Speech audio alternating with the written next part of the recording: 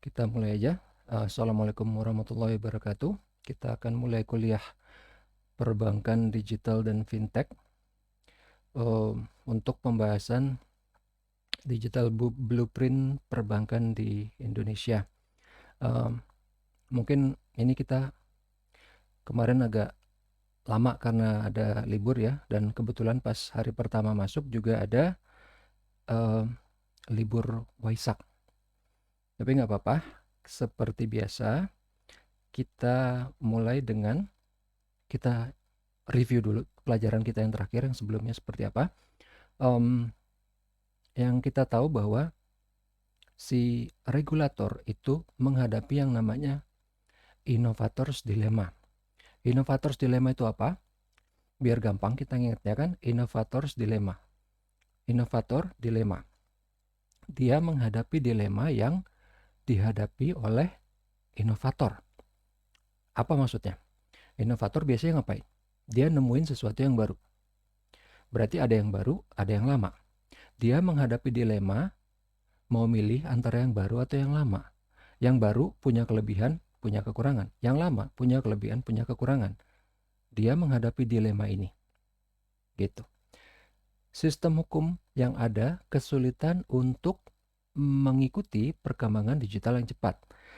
Kita waktu itu udah pernah bahas, ini kita refresh lagi, bahwa si sistem hukum itu dibangun bukan cuma pada saat digital belum ada, pada saat elektronik belum ada. Di abad keberapa? Mungkin di abad ke-15, mungkin jauh sebelumnya lagi. Sistem hukum, karena yang kita tahu, perbankan pertama itu di abad 15. Sementara sistem hukum kan nggak ngatur cuma perbankan. Kalau kita mau lihat hukum yang di luar perbankan, pasti lebih ke belakang lagi. Tapi anggaplah perbankan di abad ke-15, dia baru mulai ada atau berkiprah. Asumsi untuk cuma ngatur perbankan aja berarti di abad ke-15 yang elektronik bahkan belum ada. Jadi memang wajar kalau misalnya dia menghadapi kesulitan karena benar-benar beda gitu. Kalau yang gampang gini aja. Kalian misalnya harus ngobrol dengan orang yang udah tua, yang mungkin umurnya 60 tahun. Jangan yang udah lemah ya, maksudnya yang masih kuat. Cara bicara udah beda, bahan topik pembahasan beda, cara melihat masalah udah beda. Itu baru orang. Gimana kalau sistem hukum? Makanya kenapa dia bilang sistem hukum yang ada kesulitan untuk mengikuti perkembangan digital yang cepat. Jadi ini memang bukan salah siapa-siapa, karena memang adanya seperti itu. Yang ketiga, ini yang paling penting. Perlu adanya hukum digital yang dibuat dari nol. Karena apa? Karena tadi di poin kedua, sistem hukum yang ada sekarang itu roots-nya dari zaman yang benar-benar berbeda. Jadi dia nggak akan bisa mengkop itu apa ya? Mencakup hal-hal yang emang dulu nggak kepikiran, orang nggak tahu. Bahkan sebelum digital, sebelum elektronik, sebelum apa, orang nggak kebayang tahun 2021 itu kayak apa. Makanya hukumnya pasti nggak akan bisa secara sempurna, secara fully dia menjangkau semua aspek yang kita alami sekarang. Makanya kenapa di UK, di Inggris itu dia udah mulai bikin hukum khusus untuk digital, untuk pelaporan. Karena di UK itu yang bikin yang mulai dari Badan Otoritas Moneternya. Jadi dia bikin hukum digital khusus untuk pelaporan. Oke, ini yang terakhir kita bahas kemarin sebelum libur. Sekarang, kemarin kita karena ada dua materi, itu yang pertama masalah dilema, yang kedua adalah masalah panduan penyelenggaraan perbankan digital. Sebenarnya ini nggak terlalu banyak karena ini cuman panduan yang dikeluarkan oleh OJK kalau ini bank mau buka gerai digital seperti apa, mau buka KK digital seperti apa, mau buka KCP digital seperti apa. Jadi digital branch itu bisa on-site, bisa off-site, bisa ada di tempat secara fisik, bisa secara virtual. Virtual branch gitu. Jenis digital branch yang tadi saya bilang, gerai digital, KK digital, KCP digital. tata cara dan prosedur, karena nggak semua jenis bank bisa buka digital. Karena kalau nggak salah cuman bank buku berapa ke atas kan, ya kan? Dan yang kedua, bank asing nggak boleh buka KCP digital, bolehnya KK atau apa, bolehnya gerai digital. Tata cara dan prosedur. Yang berikutnya, penerapan manajemen risiko IT.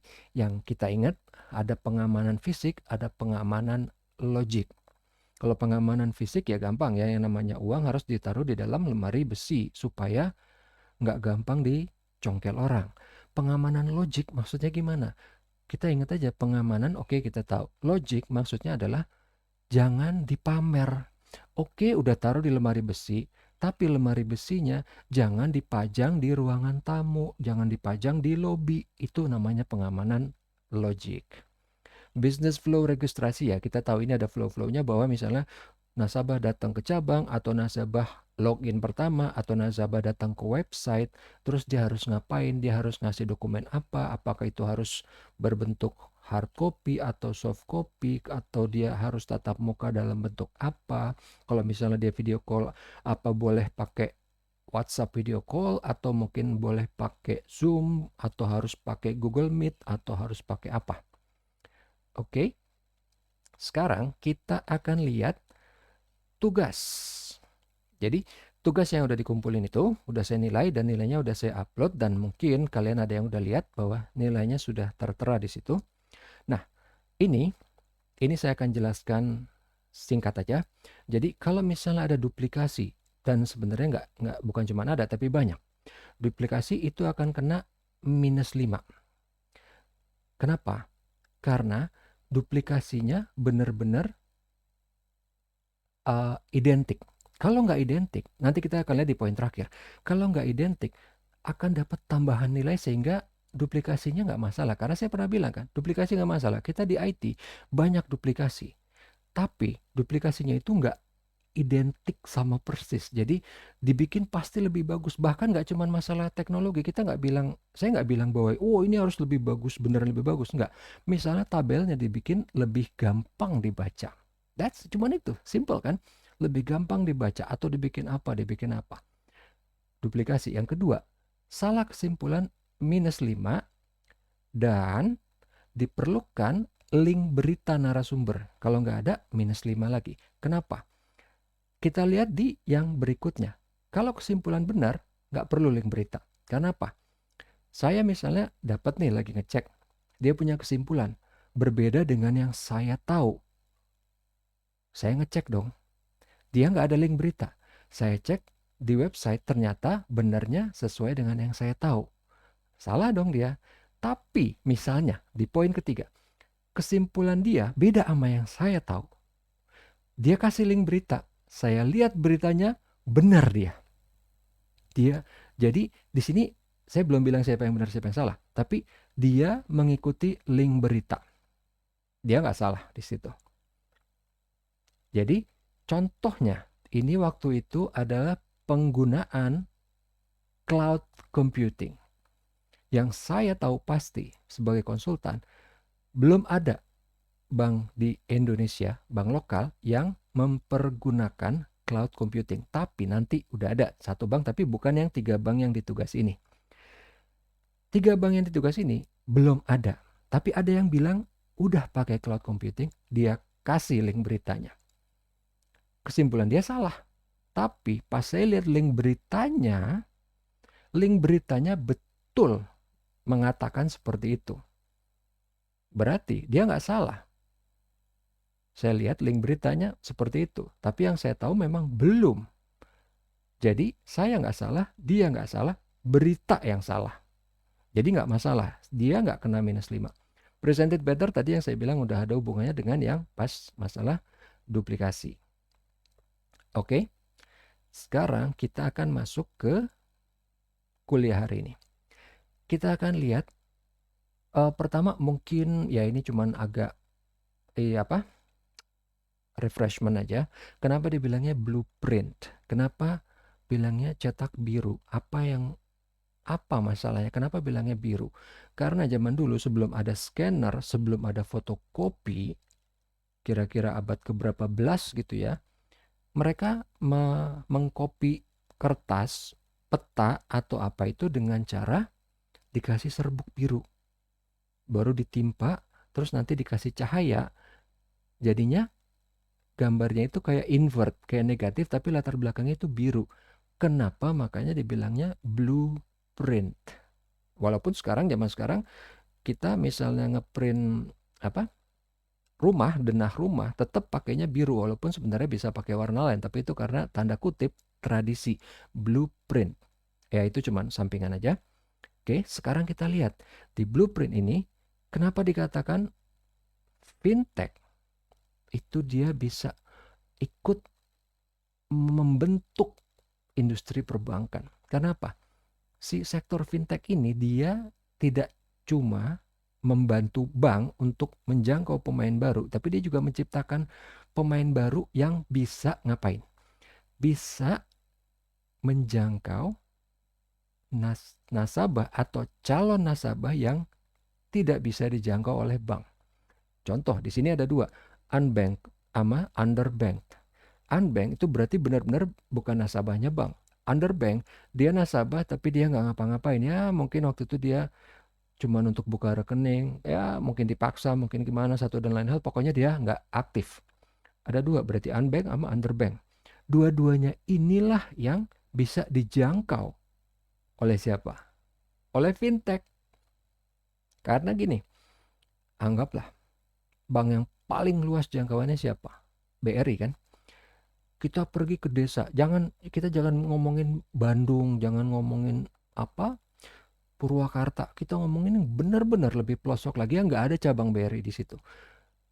Tapi hampir bisa dipastiin di tempat itu yang terpencil ini ada yang punya handphone. Mungkin ada yang bahkan melakukan kegiatan jual beli dari situ. Karena apa? Saya taunya apa? Waktu itu saya misalnya mau beli teh hijau, karena waktu itu saya mau selain mau dipakai juga mau dijual. Teh hijau saya cari di Jakarta rata-rata mahal. Saya sort, cari yang paling murah mana, yang banyak transaksinya mana, ketemu. Saya tadinya belum sadar nih. Ketemu, ternyata siapa? Itu petani yang jual di Malang. Malang ke sana lagi gitu ya. Jadi dari situ saya tahu bahwa oh, di tempat-tempat tertentu yang mungkin bahkan cabang bank nggak ada, atau mungkin agak sedikit jauh, ya mungkin ada ya, istilahnya kan kalau orang kampung bilang jauh itu relatif sama kita. Kalau bagi kita 1 kilo udah jauh, di kampung mungkin 6 kilo masih nggak jauh gitu, karena bagi mereka persepsi jarak beda gitu kan sama kita, persepsi waktu pun beda. Jadinya di tempat-tempat itu saya ngelihat bahwa pertama itu teh hijau, kedua waktu itu saya misalnya waktu mau cari supplier kopi, sama kayak gitu juga, dapatnya di tempat-tempat yang saya yakin ini daerah terpencil. Karena apa? Dia jualnya murah. Dan dia bilang di deskripsinya, dia bilang, oh iya ini kita petani langsung. Kita bukan grosir, bukan apa namanya ya, bukan distributor. That's why makanya harganya murah. Yang kalau kopi itu saya dapatnya benar-benar dari Sidikalang, dari Medan. Oke, kita lihat sekarang. Di sini OJK dia membentuk grup inovasi keuangan digital untuk mengcater si fintech, perkembangannya fintech yang udah mulai cepat ini. Jadi yang pertama, dia harus si OJK harus memastikan bahwa layanan keuangan digital yang aman dan stabil dan memiliki manajemen risiko yang sesuai. Ingat tadi di pelajaran sebelumnya, petunjuk untuk penyelenggaraan cabang digital untuk bank. Karena yang namanya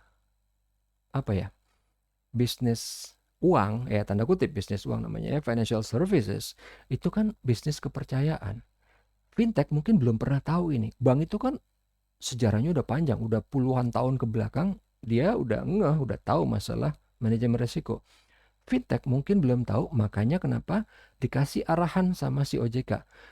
Jadi OJK bertujuan, dia pengen bikin si fintech yang menyodorkan layanan keuangan ini, dia harus tahu bahwa ada yang namanya manajemen risiko dan dia harus melaksanakan itu dengan sesuai. Itu poin yang pertama.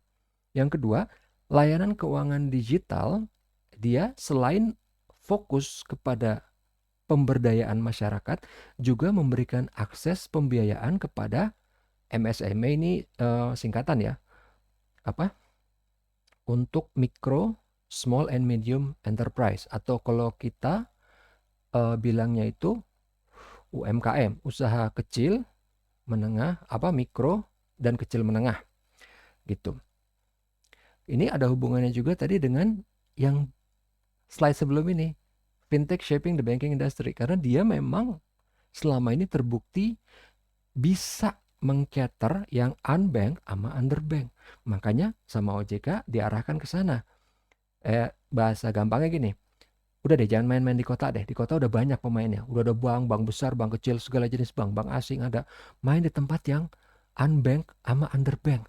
Itu masih banyak tuh potensinya. Itu kurang lebih bahasanya si OJK nih. Yang ketiga, layanan keuangan digital yang murah, mudah, dan dapat dikembangkan. Ini kembali lagi ke kekuatannya si fintech, yaitu apa? IT, yaitu apa? Teknologi. Jadi inti teknologi itu kan, ingat gak waktu itu kalau di kuliah yang pertemuan keberapa bahwa teknologi itu bisa membuat transaksi lebih cepat, tapi juga lebih akurat, tapi juga lebih murah. Kalau zaman dulu mau cepat nggak akurat, mau cepat dan akurat pasti nggak murah.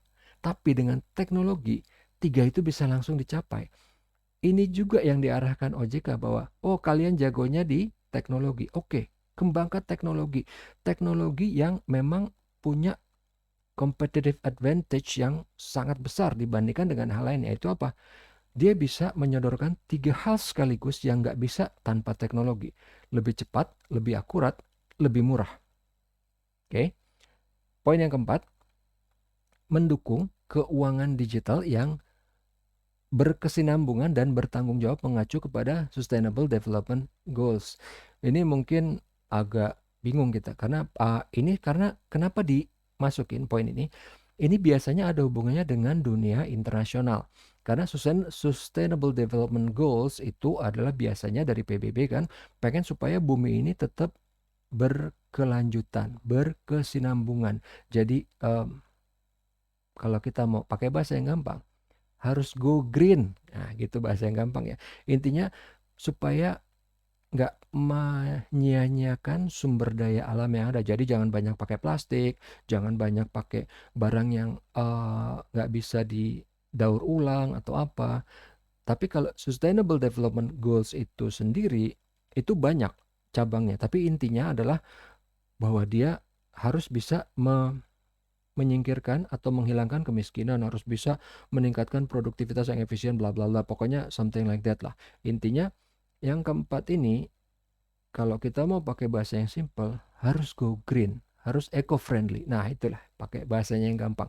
Karena kalau Sustainable Development Goals, nanti kita harus ngebahas lagi apa sih Sustainable Development Goals yang dicanangkan oleh UN atau apa bla bla bla. Tapi intinya poin keempat ini adalah dia juga harus memikirkan lingkungan hidup. Oke, yang berikutnya. Di sini, untuk mencapai itu tadi yang 4, OJK harus jadi akselerator, fasilitator, dan inkubator untuk fintech di Indonesia. Yang gampang, kita bayangin kalimatnya tuh gini. Ini kalimat yang ada ini, kita bayanginnya gini. Ini ada bayi prematur. Bayi prematur, kalau langsung lahir ke dunia, itu umurnya nggak panjang. Fintech pun seperti itu. Jadi fintech ini belum tahu apa-apa. Yang tadi saya bilang, oh fintech tahu kok Pak, bla bla bla. Iya, tapi yang namanya financial services, bahwa dia harus ada manajemen risiko, harus prudent, harus apa, itu fintech nggak tahu. Karena itu bukan sesuatu yang ada di dunia bisnis yang biasa. Makanya kenapa dia bilang fintech seperti apapun, kalau dia mau terjun ke financial services, dia akan ditreat sebagai bayi prematur. Makanya kenapa di sini OJK dia menjadi akselerator. Maksudnya gimana? Makanya tadi kenapa saya bilang analoginya bayi prematur biar gampang. Bayi prematur. Fungsi OJK sebagai akselerator, ini ada bayi prematur, berarti harus dibawa kemana? Ke rumah sakit. supaya cepat. Kalau bawanya jalan kaki, nanti keburu meninggal bayinya. Dibawanya naik mobil, biar cepat. Akselerator, itu fungsi OJK-nya sebagai akselerator. Dia harus cepat untuk membawa bayi ini supaya bisa ditreat semestinya. Sebagai fasilitator gimana? Bayi udah dibawa pakai kendaraan cepat sampai ke rumah sakit.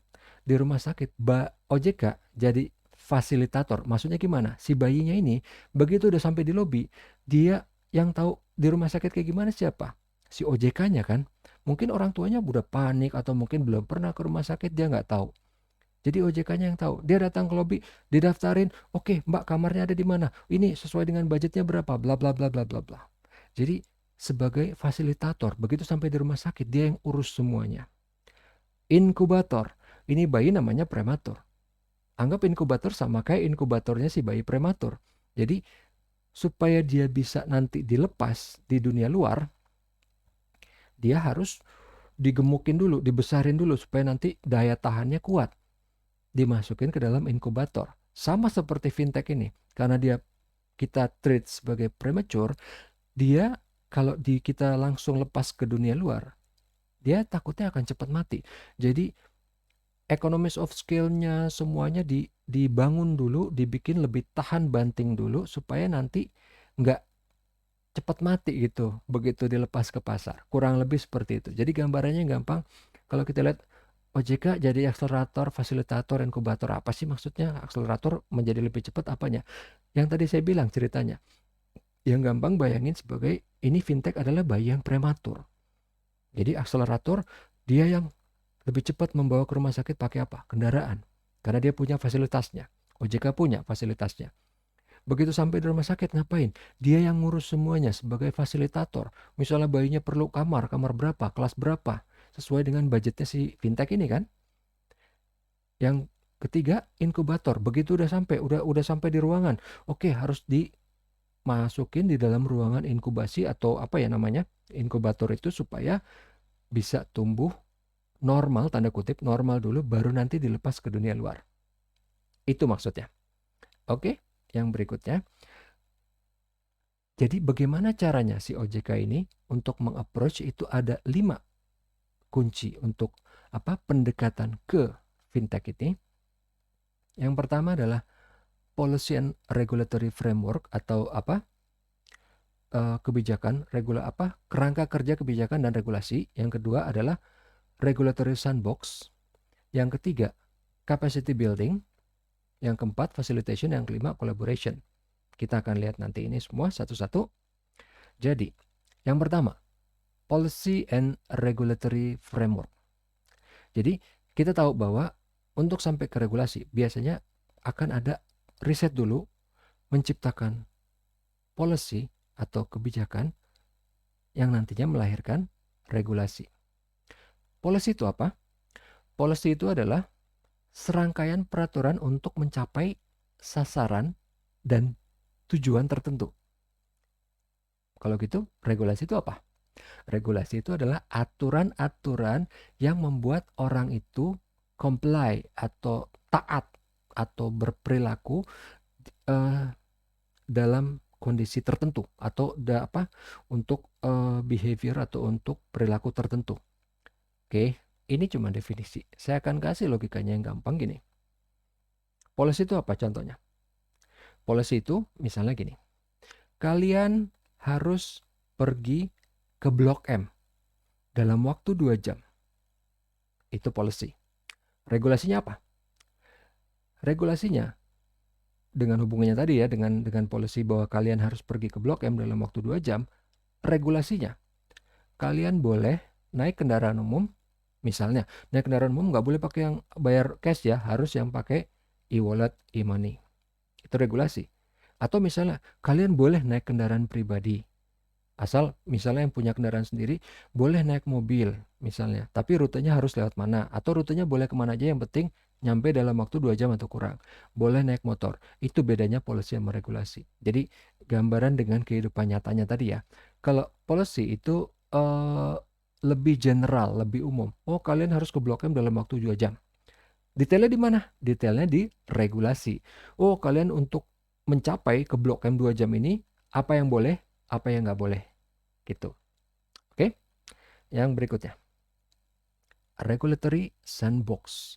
Jadi ruang uji coba terbatas. Jadi ingat tadi inkubator apa? Ada akselerator, fasilitator, inkubator. Jadi inkubator, tanda kutip inkubator ini adalah si regulatory sandbox ini. Jadi ini adalah laboratorium bagi fintech sebelum memasarkan produknya ke pasaran. Jadi setelah nanti masuk ke lab, ini akan ada 3 kemungkinan.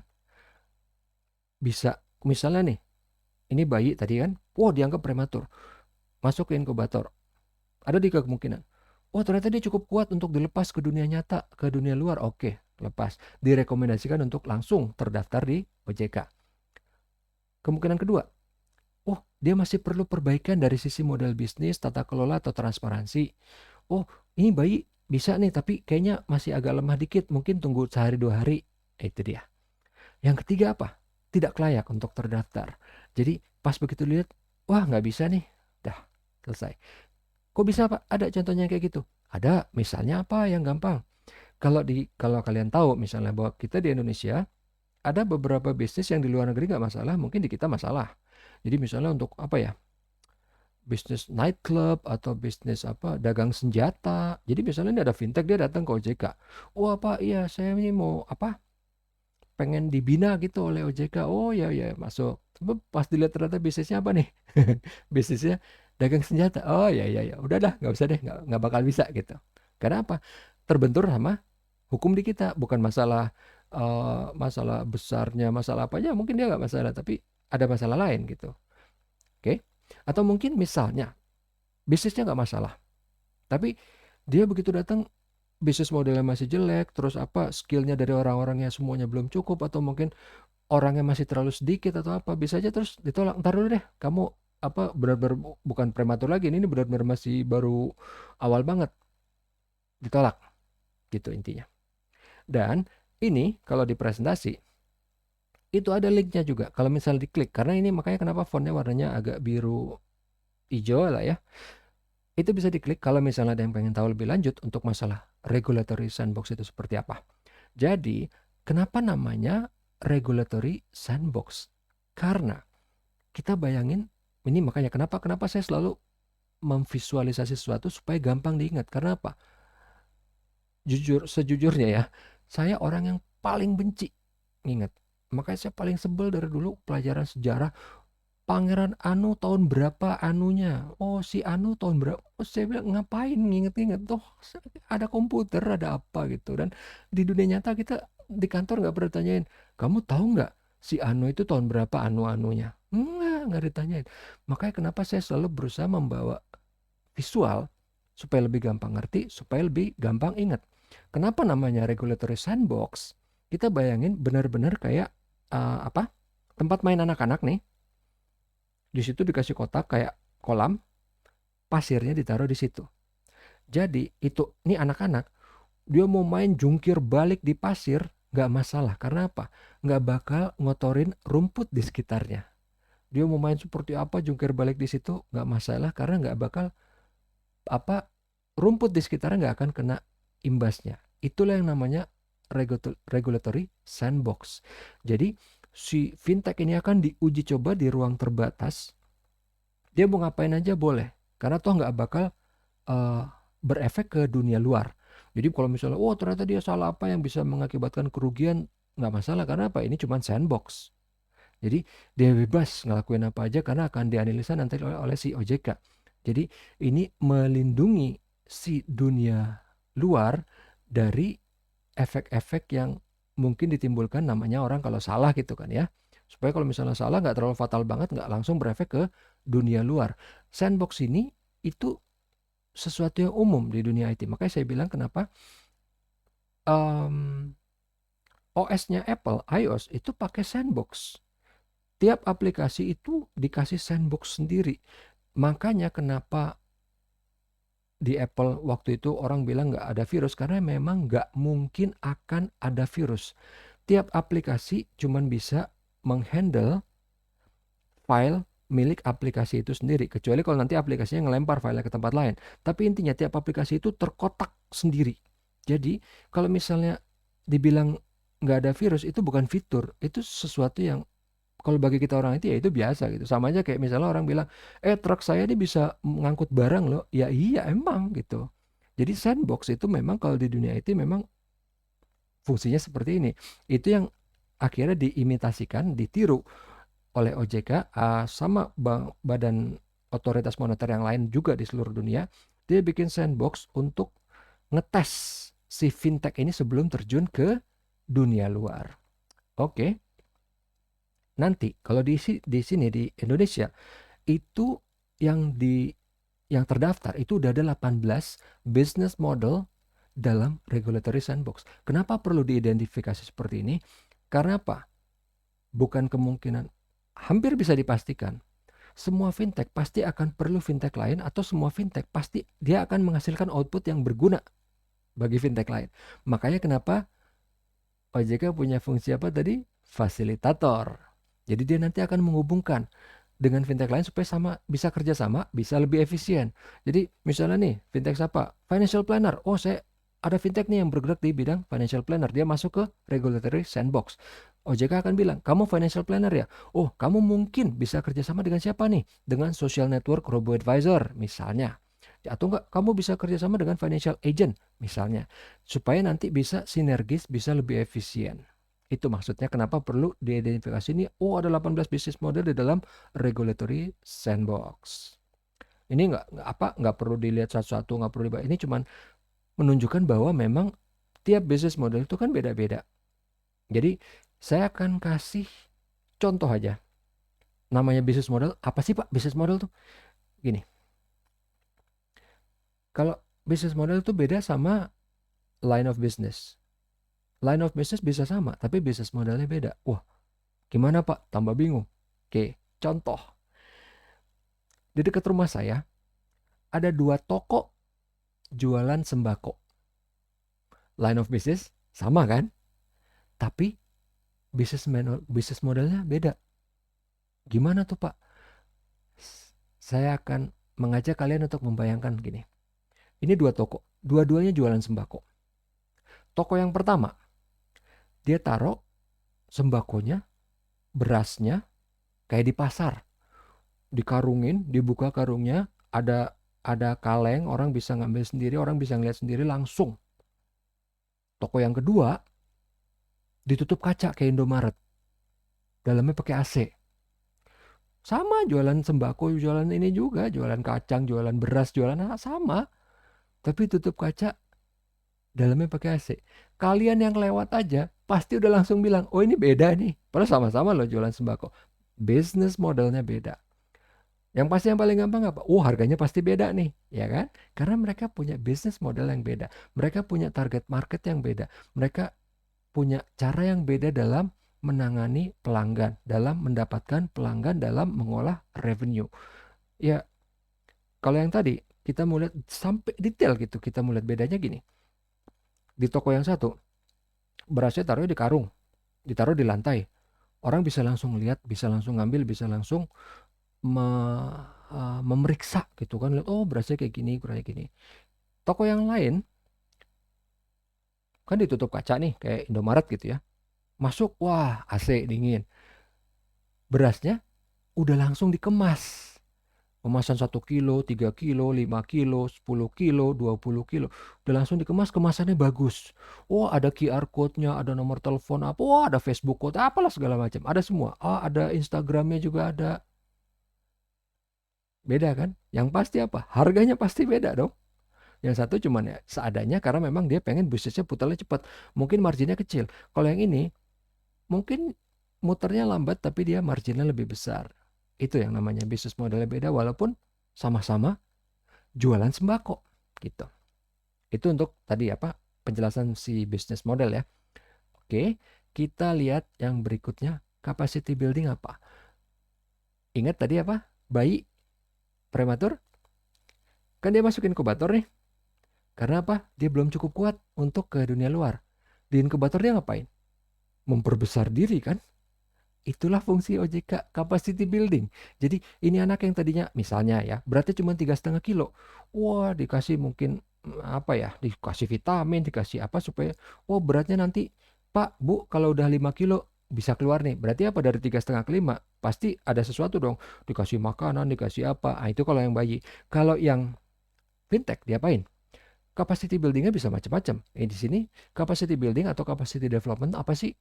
Jadi proses di mana si individu atau organisasi ini dia memperoleh atau menyempurnakan skill, knowledge, tools, equipment, bla bla bla yang diperlukan untuk melakukan pekerjaan mereka secara kompeten. Maksudnya gimana? Jadi anggaplah apa ya contohnya, fintech misalnya, anggaplah gini, kita nggak usah jauh-jauh, kita ambil contoh yang tadi, si dua toko sembako ini. Ini kalau cuma dari tadi jual, yang satu taruh di lantai, yang satu taruh di kaca, itu belum kelihatan kan? Dia kapasitinya seperti apa?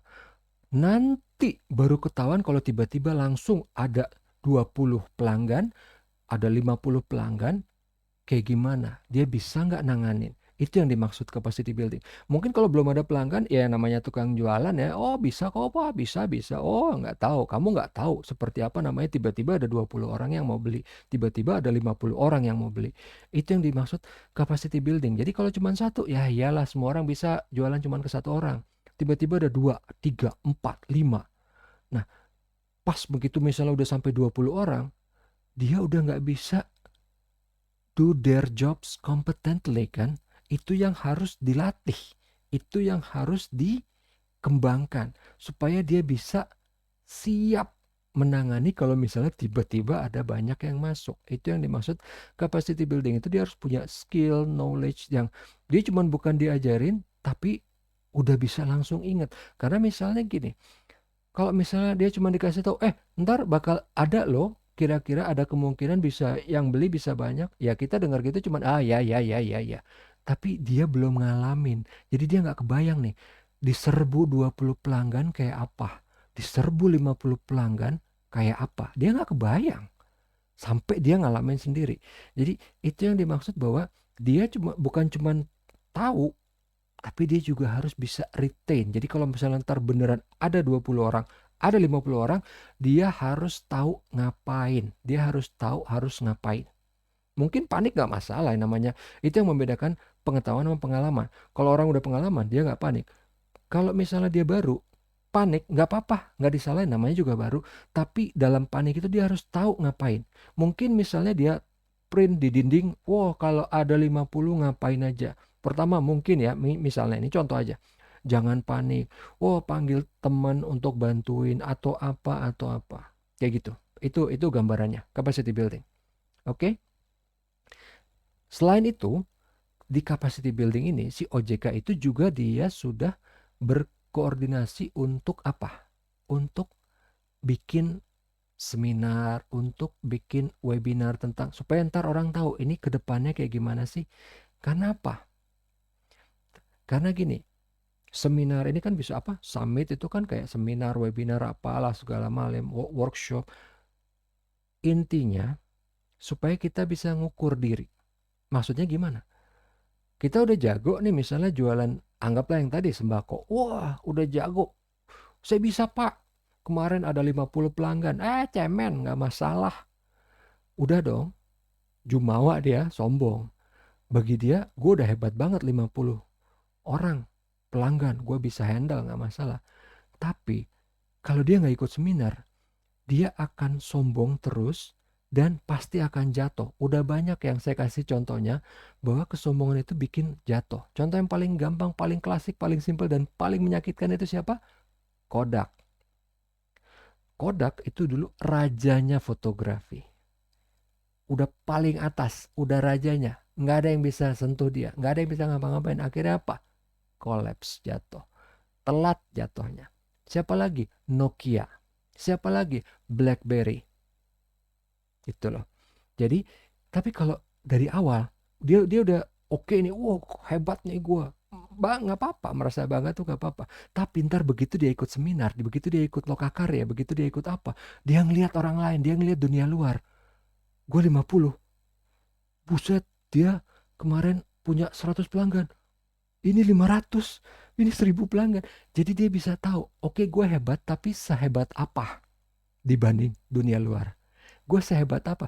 Misalnya, oh ya wajar lah ya, dia kan dari Amerika, dari mana. Tapi kan yang namanya di seminar nggak cuma orang Amerika kan. Tiba-tiba dia ngeliat, hah, dia 1000 pelanggan. Ini cuman jarak 2 kilometer dari gue nih. Mungkin kecamatan sama, mungkin kabupaten yang sama gitu loh. Supaya dia tetap aware dunia luar seperti apa. Istilahnya, ya sombong nggak bisa dihindarin. Walaupun sombong nggak boleh, tapi sombong nggak bisa dihindarin. Tapi yang pasti, di dalam kesombongan dia tetap harus punya pegangan. Dia harus berpegangan pada dunia nyata. Itu intinya. Capacity building benar menjadi besar. Tapi dalam tumbuh menjadi besar itu, kita jangan mengulangi contoh yang udah banyak banget di pasaran. Yang tadi itu kan Kodak, Nokia, BlackBerry. Mungkin kalau mau dilihat lagi, ya sekarang yang bakal tutup apa sih kemarin? Ramayana.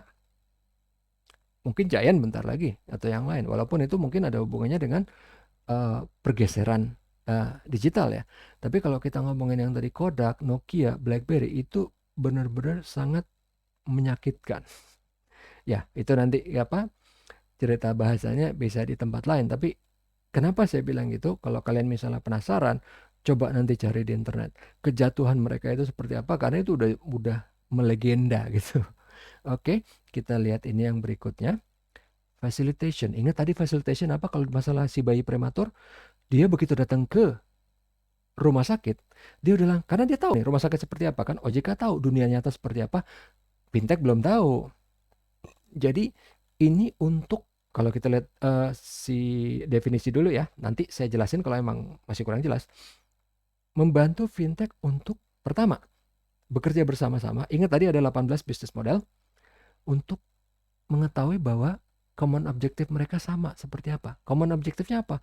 Yang udah digariskan oleh OJK tadi kan, wow harus bla bla bla, harus apa, yang sama-sama punya apa namanya,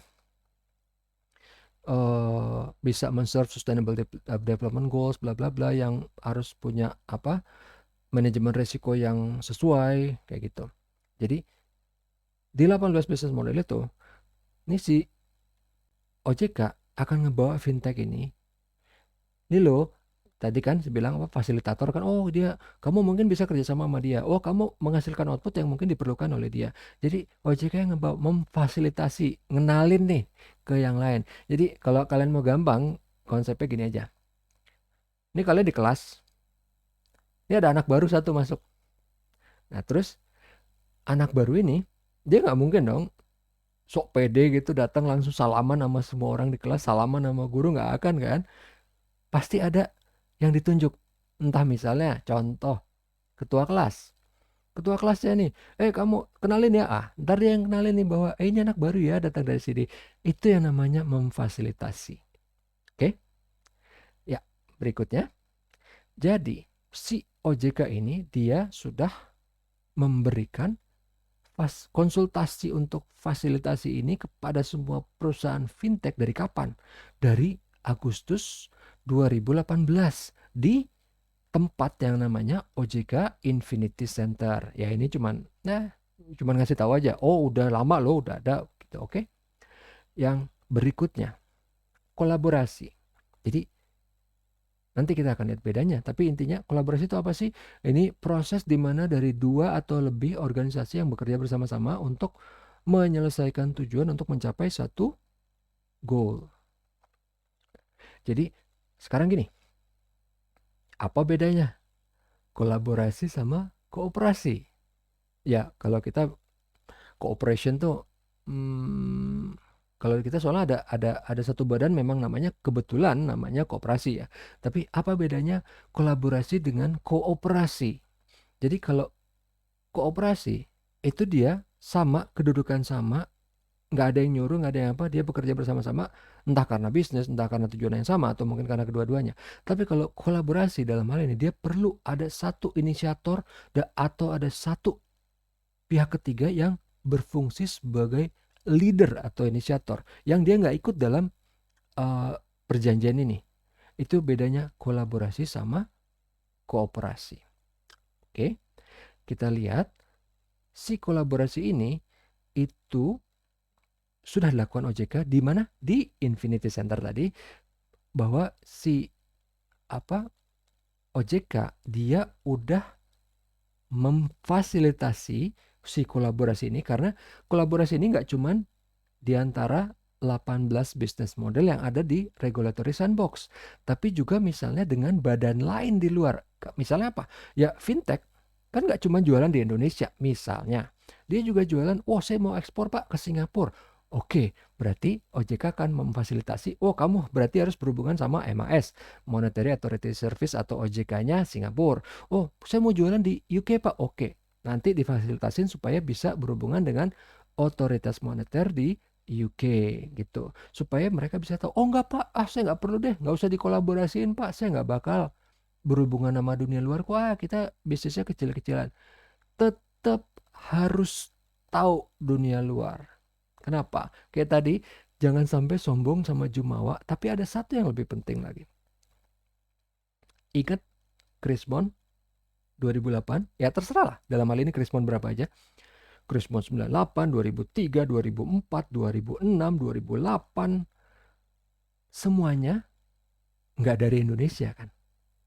Semua Chris Bond itu somewhere, ada yang dari Yunani, ada yang dari Amerika. Tapi kita kena nggak? Kena kan imbasnya. Jadi mau nggak mau, suka nggak suka, tetap harus tahu dunia luar. Kenapa? Nanti akan ada, contohnya tadi Chris Bond, tapi banyak hal lain yang dari dunia luar, kita akan kena efeknya. Entah itu positif atau negatif. Kenapa kita tetap harus tahu? Kenapa kita harus mempergunakan fungsi kolaborasinya si OJK ini? Kalau kita fintech ya maksudnya. Oke,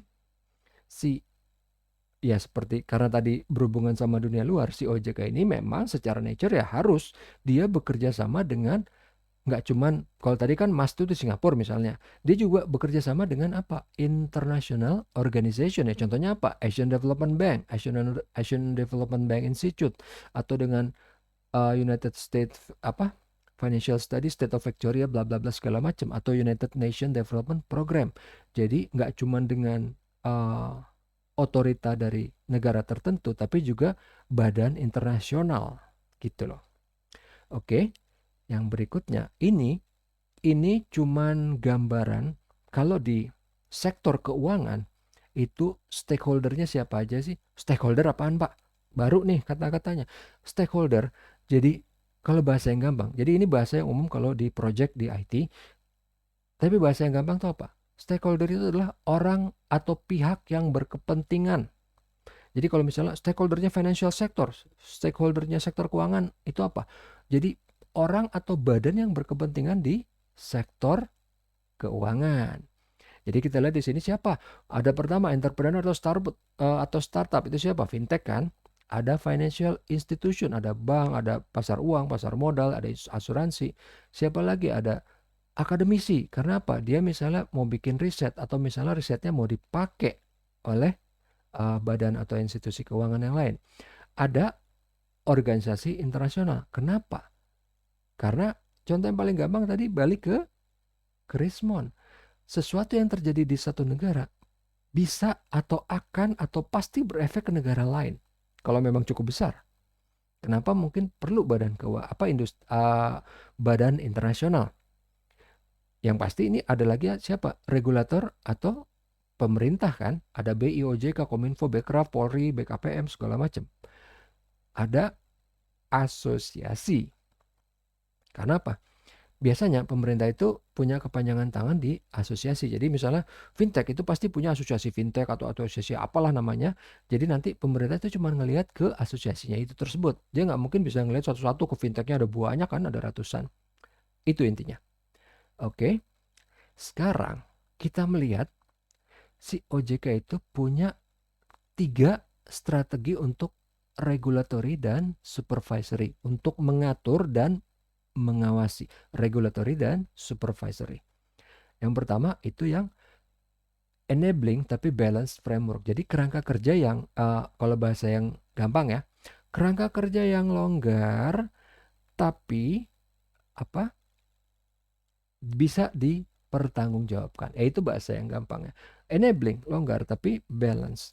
Jadi longgar tapi bisa dipertanggungjawabkan. Ya kalau dulu mungkin karena sekarang udah, saya nggak tahu belajar PMP apa enggak, tapi kalau dulu ada istilah yang kebebasan yang bertanggung jawab. Nah, itu sama itu intinya. Enabling but balance framework. Yang kedua apa? Agile regulations. Ingat yang tadi di awal, sistem hukum kesulitan. Karena apa? Karena dia menghadapi sesuatu yang memang dia nggak siap. Karena hukum itu dulu tumbuh waktu zaman bahkan belum ada elektronik. Sekarang dia harus mempersenjatai dirinya dengan regulasi yang memang tumbuh sesuai dengan IT, yaitu apa? Agile. Dia harus regulasinya itu agile. Nanti kita akan lihat yang bahwa step atau ininya yang agile itu seperti apa sih. Yang ketiga apa? Market conduct supervision. Kita akan lihat nanti satu-satu penjelasannya. Yang pertama, yang enabling but balance framework. Jadi inovasi didukung, tapi tetap keamanan dari apa? Konsumen itu tetap harus dijaga. Jadi boleh aja mau inovasi segala macam. Contoh yang paling gampang apa nih? Oh, inovasi fingerprint. Oh iya bagus tuh, bisa cepat bisa apa. Tapi kalau misalnya gampang dijebol, OJK harus turun tangan. Itu cuma contoh yang gampang ya. Oh ini misalnya ini apa gampang, bagus, cepat, tapi gampang dijebol. Harus dilarang sama OJK. Fingerprint jangan dulu karena misalnya gampang dijebol. Itu cuma contoh karena yang pasti fingerprint itu udah bagus. Ini kan berhubungan sama di tugas kalian. Itu kan ada yang bilang misalnya bahwa BCA, kenapa dia nggak pakai fingerprint? BCA-nya bilang fingerprint nggak aman, gampang dijebol. Itu konsepsi yang salah. Saya bisa bilang begitu walaupun yang ngomong ini CEO-nya BCA atau siapa, karena saya tahu teknisnya.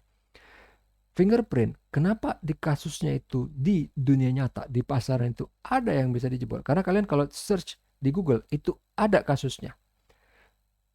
Samsung Galaxy S8 kalau nggak salah atau S7 itu pernah kejadian. Jadi bukan dijebol terus diambil duitnya atau apa. Yang punya, ya misalnya si A ya, berarti fingerprintnya si A dong. Oke, dia pakai fingerprint. Ini fingerprintnya waktu itu yang udah di layar. Pakai, bisa dong. Oh keren kan? Tiba-tiba nggak sengaja. Ini untung yang nemuin ada orangnya sendiri. Nggak sengaja temennya pakai fingerprint temennya. Coba bisa. Loh kok bisa? Tahu nggak kenapa? Jadi fingerprint itu ada 3 teknologinya. Yang pertama kapasitif, yang kedua adalah optical, yang ketiga ultrasonic. Kapasitif sama optical itu bisa kalau di belakang atau di tempat khusus. Bukan sekarang, pembuat handphone dia pengen lebih terlihat canggih kan, ditaruhlah di layar. Orang kan nggak tahu, orang cuma keren, pakai. Itu yang pakai ultrasonic. Dia nggak bisa apa kapasitif atau ini karena apa, terhalang layar kan. Jadi pakailah yang ultrasonic. Sebenarnya ultrasonic itu bagus. Tapi yang nggak siap, Samsungnya nggak siap kalau apa? Penggunanya ada yang pakai screen guard. Screen guard yang tebel. Yang apa namanya, tempered glass. Itu nggak tembus sama si ultrasonic. Atau mengacaukan sensornya, jadinya pas dipakai false positive. Semua dianggap boleh. Semua dianggap adalah si pemilik gitu. Itu yang nggak disiapkan oleh si Samsung. Makanya waktu itu kenapa jadi heboh? Bukan karena teknologi. Itu karena perilaku dari pengguna yang belum disiapkan oleh si Samsung atau mungkin OnePlus atau mungkin yang lain. Kalau misalnya dari awal mereka udah tahu, mereka akan bilang, tolong jangan dipakein tempered glass misalnya gitu. Cuman karena waktu itu belum tahu kan. Jadilah orang persepsinya bilang, oh ini nggak aman. Padahal akhirnya apa? Si BCA itu bilangnya kita cuma pakai facial recognition yang katanya aman. Padahal kalau mau dilihat sama dua-duanya. Kalau emang ada hacker yang jago, bisa ngejebol dua-duanya, nggak masalah. Kalau memang niat gitu ya, pengen. Ya itu yang berhubungan sama si tugas kalian itu, bahwa intinya enabling but balance framework. Yang harus dijaga adalah keamanan dari konsumen. Kenapa? Karena balik lagi, bisnis keuangan adalah bisnis trust. Ini buat kebaikan fintechnya juga. Begitu trust sudah hilang, buktinya apa? Kayak bank waktu itu BCA tahun berapa? Tahun 9 something, 96 kalau saya nggak salah, atau 95, sempat di rush, sempat hampir kolaps kalau nggak diintervensi sama pemerintah. Bank sebesar itu bisa kolaps kalau masyarakat udah hilang trustnya terhadap bank itu. Jadi trust tuh penting banget. Ya mungkin kalau bagi kalian yang yang pernah deket sama lawan jenis apa gimana, pasti tahu yang saya omongin. Trust tuh penting banget. Once trust itu udah hilang, mau kayak gimana juga, mau seganteng apa, secakep apa, doesn't mean anything. That's it, gitu. Trust itu penting. Makanya kenapa di sini dibimbing, diarahkan supaya menjaga si trustnya konsumen. Jadi customer protection, consumer protection. Karena apa? Kalau misalnya anggaplah nih satu konsumen udah ketipu, mungkin kalau bagi Vita cuma satu nggak apa-apa lah, orang kecil. Tapi begitu dia ngomong ke temennya, saudara, semua segala macem, bisa jadi si ini yang akhirnya jadi kolaps, si perusahaan yang bisa jadi kolaps. Contoh yang paling gampang itu di mana? Facebook, di Sony. Jadi waktu datanya itu jebol keluar, kita mikir dong, lah, emang sih kita pakai Facebook gratis, tapi datanya dijual keluar gitu kan. Orang akhirnya banyak yang protes gitu. Karena masalah trust, bahkan nggak cuma di keuangan, di tempat lain juga. Oke, kita lihat sekarang yang berikutnya. Enabling policy itu seperti apa sih? Policy yang tanda kutip longgar itu seperti apa sih? Ini kita ngelihat di regulatory sandbox. Pertama, si fintech itu dia nge-apply ke OJK, iyalah pasti kan. Terus nanti akan dites di sandbox ini selama berapa? Selama 1 tahun. Dan akan ada perpanjangan 6 bulan kalau memang perlu. Tapi kalau misalnya udah di-approve, si fintech produknya ini akan mendapatkan apa? Sertifikat. Sertifikat registrasi yang di-issued atau dikeluarkan oleh OJK bahwa dia sudah full license untuk fintech produk apa, barang atau jasa yang dia jual.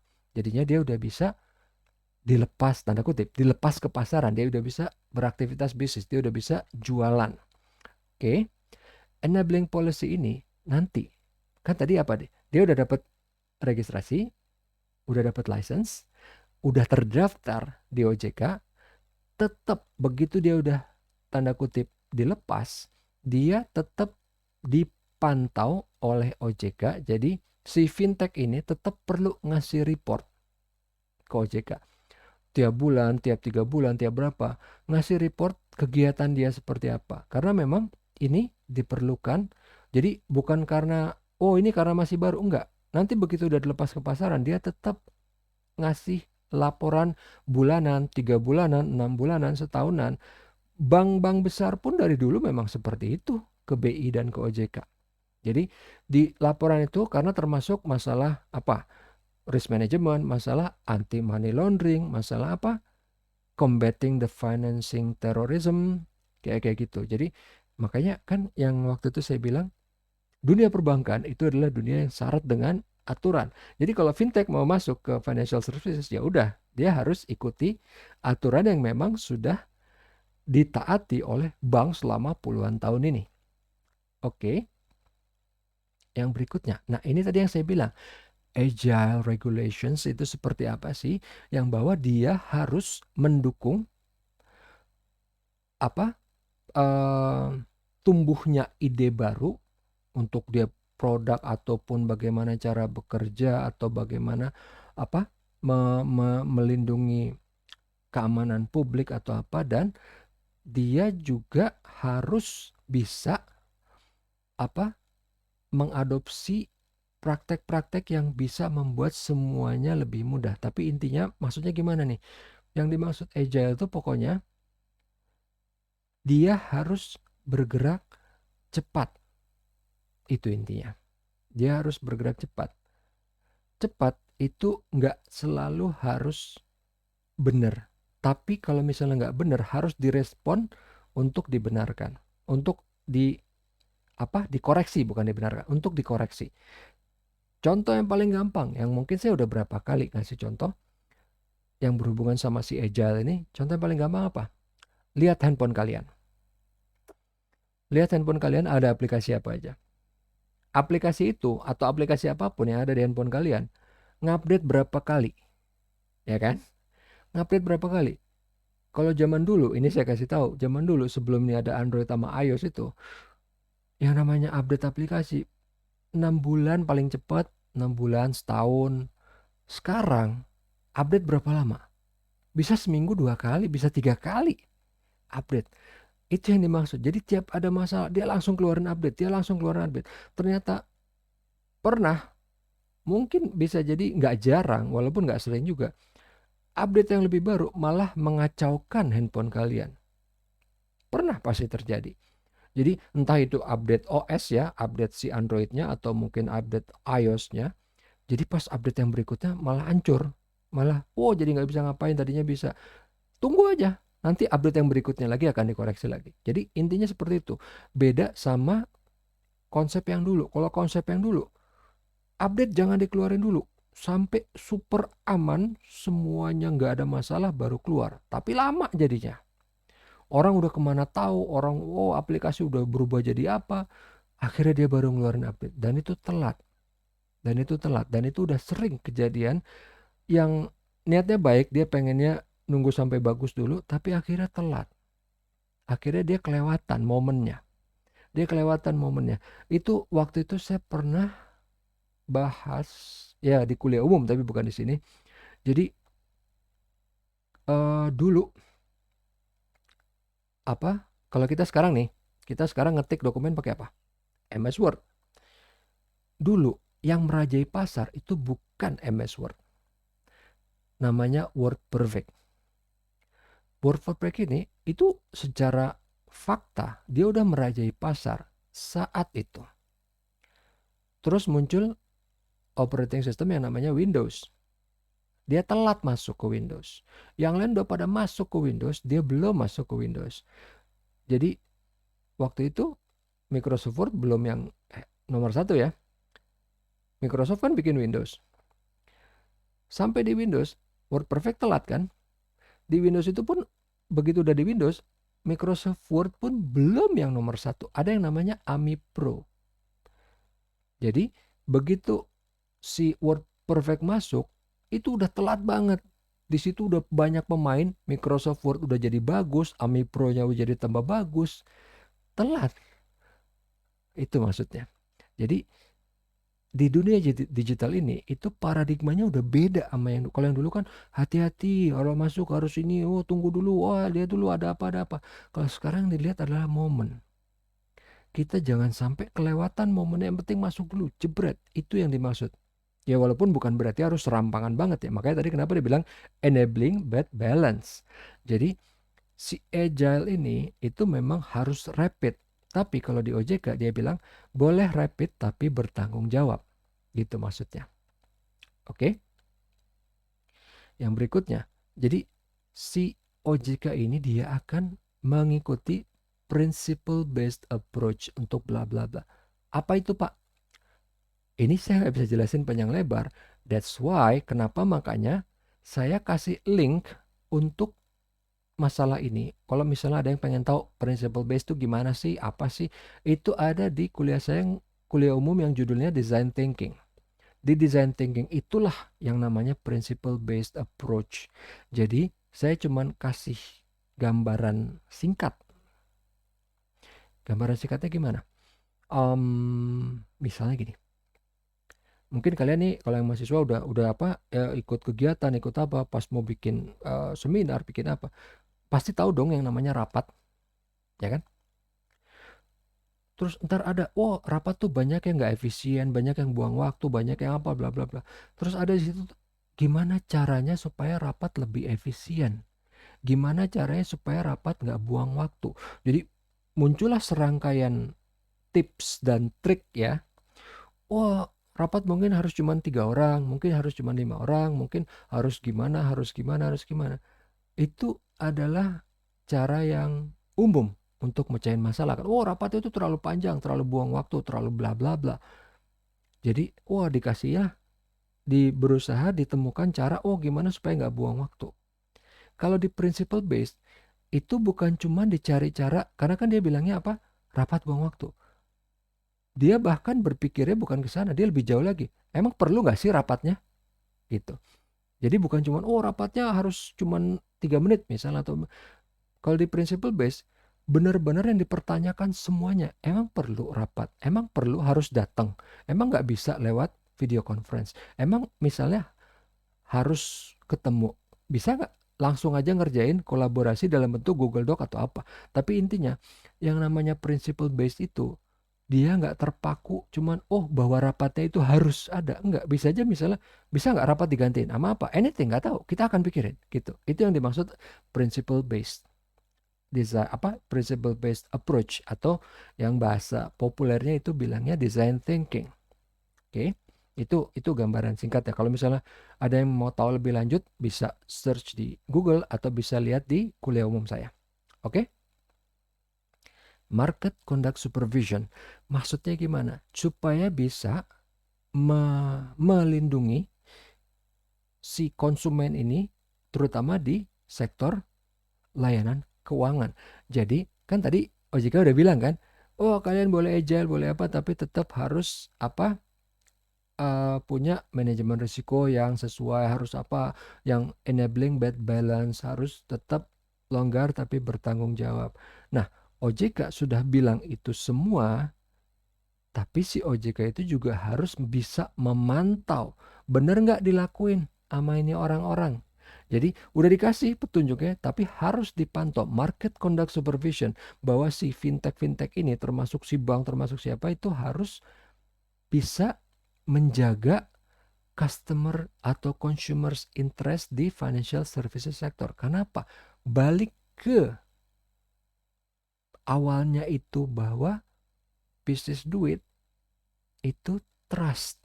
Jadi si OJK, si BI, si pemerintah tetap berusaha akan selalu ngingetin, ini bukan untuk kebaikan kita, ini untuk kebaikan kalian sendiri. Kenapa? Yang namanya duit, bisnis, trustnya udah hilang, udah nggak bisa ngapa-ngapain.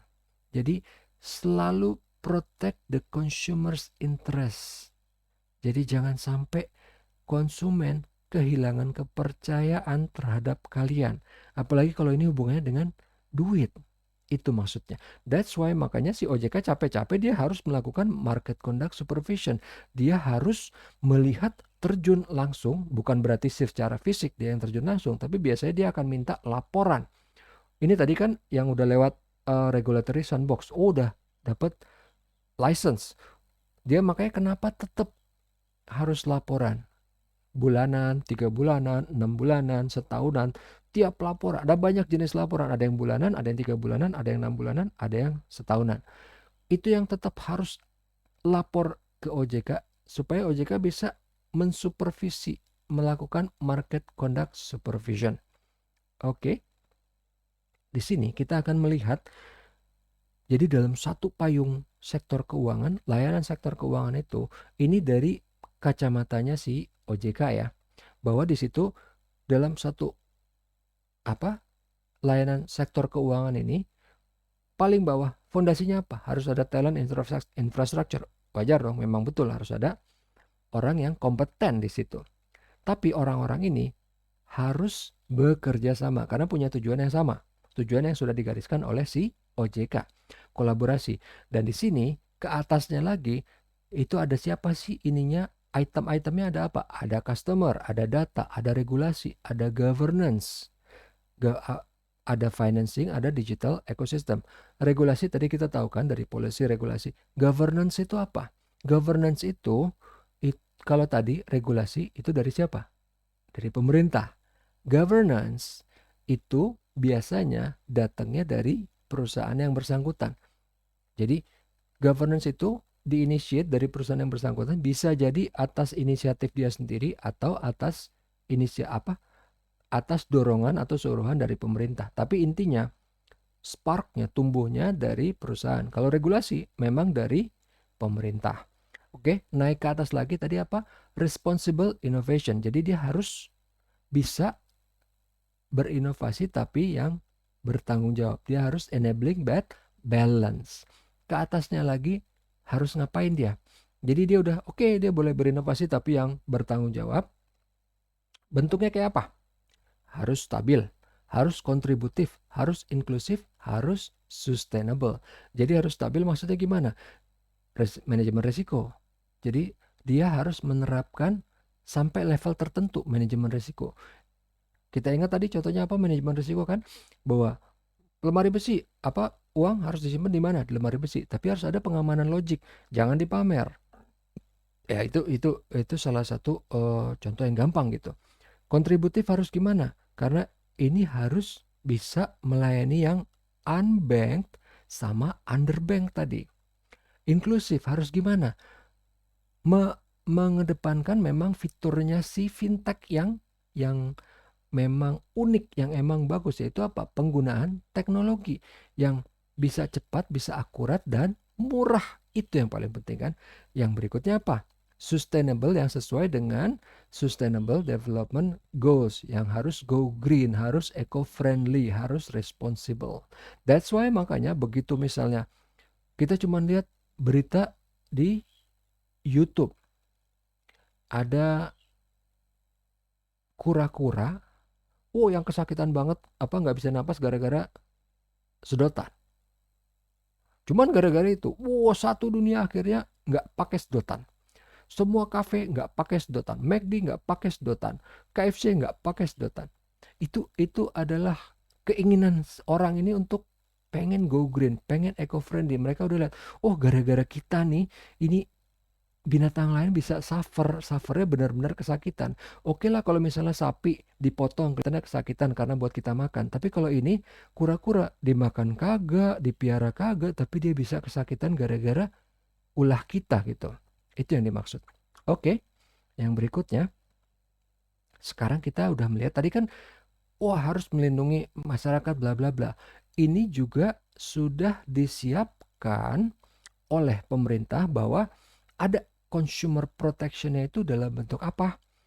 Di 2008 itu ada yang namanya Undang-Undang IITE atau Informasi dan Transaksi Elektronik yang diperbarui di tahun 2016.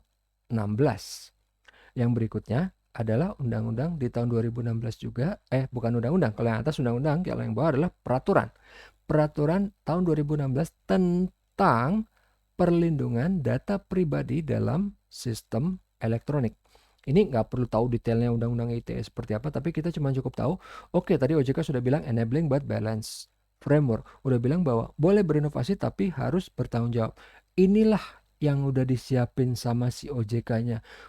Ini loh aturannya, ini loh nggak boleh yang dilanggar gitu. Di Undang-Undang nomor 11 2008, Undang-Undang nomor 19 2016, dan Peraturan nomor 20 tahun 2016. Jadi udah dikasih rambu-rambunya, udah dikasih tadi tujuannya kemana, ini aturannya, ini yang boleh, ini yang nggak boleh. Udah ada aturannya, udah jelas, supaya tidak dilanggar. Kalau dilanggar biasanya akan ada konsekuensi. Oke? Nah, ini juga menjadi masalah yang dilihat oleh si OJK. Maksudnya apa? Karena ada impact nih di pandemi ini. Yang paling gampang apa sih? Yang paling gampang contohnya aja. Perusahaan kita, nggak cuma perusahaan, kita aja nggak siap kan. Akhirnya harus libur setahun. Mungkin lebih. Kita nggak tahu dan sampai kapan. Bisnis pun akhirnya jadi seperti itu. Yang tadinya dia udah bisa mau berkembang atau mau terjun, udah dikasih license, akhirnya mungkin ditahan sama OJK.